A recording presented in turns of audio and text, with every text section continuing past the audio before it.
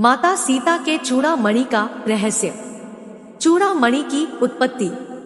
माता सीता की मुँह दिखाई में उनकी सबसे छोटी सास कैकेयी ने उन्हें अयोध्या का सबसे सुंदर भवन कनक भवन उपहार में दिया, तो उनकी मझली सास माता सुमित्रा ने अपने जूड़े से चूड़ामणि निकालकर सीता जी के जूड़े में लगा दी थी। वहां उपस्थित लोगों को आश्चर्य हुआ कि माता कैकेयी ने तो मुँह दिखाई में कनक भवन की रत्नजटित कुंजी बहू सीता के आंचल से बांध दी है, जबकि माता सुमित्रा ने तो केवल अपने जूड़े से निकालकर यह छोटी सी चूड़ामणि जनक नंदिनी को उपहार स्वरूप दी है। वह तो बड़ी कृपण कंजूस है। तब कुलगुरु महर्षि वशिष्ठ ने सभी उपस्थित जनों को चूड़ामणि की महिमा और इतिहास बताते हुए कहा, चूड़ामणि जूड़े में लगाए जाने वाला वह आभूषण है जिसकी समानता केवल श्रीमन्नारायण के हृदय पर शोभायमान कौस्तुभमणि ही कर सकती है। संसार के समस्त आभूषण मिलकर भी इस चूड़ामणि की समानता नहीं कर सकते हैं। कहां से आई है यह दिव्य चूड़ामणि?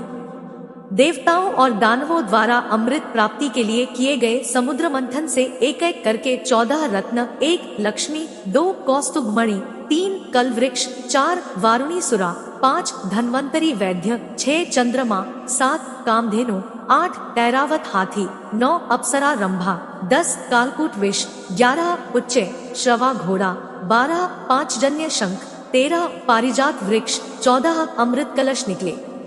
महालक्ष्मी के प्राकट्य से पहले उन्हीं के समान रूपरंग वाली अपूर्व सुंदरी रत्नाकर नंदिनी, जो कि समुद्र कन्या थी, प्रकट हुई। भगवान श्रीहरि को देखते ही रत्नाकर नंदिनी अपना हृदय उन्हें समर्पित कर बैठी। तभी भगवान की नित्य शक्ति क्षीरोत्तन्या साक्षात महामाया लक्ष्मी जी प्रकट हो गई। उन्हें देखकर ऐसा जान पड़ता था मानो चमकती हुई बिजली प्रकट हो गई हो। उन्होंने अपने हाथों में सुशोभित सफेद, नीले, पीले, लाल और करबूरी इन 5 रंगों की कमलमाला समस्त गुणों के आश्रय व निरपेक्ष भगवान नारायण को पहना दी और चुपचाप उनके अनुग्रह की प्रतीक्षा करती हुई उनके निकट स्थित हो गई। समुद्र की ज्येष्ठ पुत्री रत्नाकर नंदिनी मन मसोस कर वहीं खड़ी रह गई। उनके मन के भावों को जानकर श्रीहरि स्वयं उनके पास जाकर बोले, मैं तुम्हारे मन के भावों को जानता हूँ। पृथ्वी का भार हरने के लिए मैं जब जब अवतार धारण करूंगा तब तुम मेरी संहारिणी शक्ति के रूप में अवतरित होगी। कलयुग के अंत में कल की रूप में जब मैं प्रकट होऊंगा तब तुम्हें पूरी तरह अंगीकार करूंगा। अभी सत्य युग है।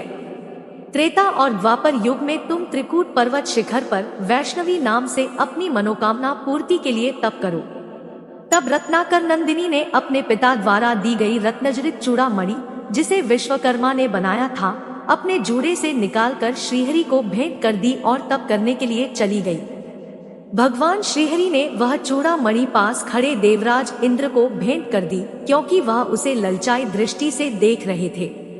इंद्र ने वह चूड़ामणि इंद्राणी के केशों में सजा दी। देवराज इंद्र शमरासुर से बहुत दुखी थे, वे उसे पराजित नहीं कर पा रहे थे। उन्होंने शंबरासुर से युद्ध में महाराजा दशरथ से सहायता मांगी। महारानी कैकेयी ने अपने पिता के यहाँ शस्त्र चलाना सीखा था और वे रथ हाँकने की विद्या में भी पारंगत थी। उनकी सहायता से महाराज दशरथ ने शंबरासुर को परास्त कर दिया। देवराज इंद्र के आमंत्रण पर वे महारानी कैकेयी के साथ सदैव देवलोक गए।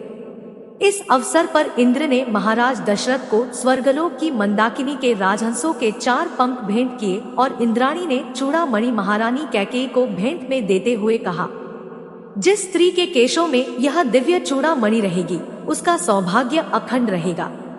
उसके पति के राज्य में अकाल और अतिवृष्टि जैसी आपदाएं नहीं आएंगी और कोई शत्रु उन्हें पराजित नहीं कर सकेगा। महारानी कैकेयी ने अयोध्या आकर वह चूड़ामणि यह सोचकर सुमित्रा जी को दे दी कि मुझे तो महाराज दशरथ और प्रजा का प्यार वैसे ही सबसे ज्यादा मिल रहा है। मझली रानी सुमित्रा रात दिन परिवार की सुख सुविधा में लगी रहती है।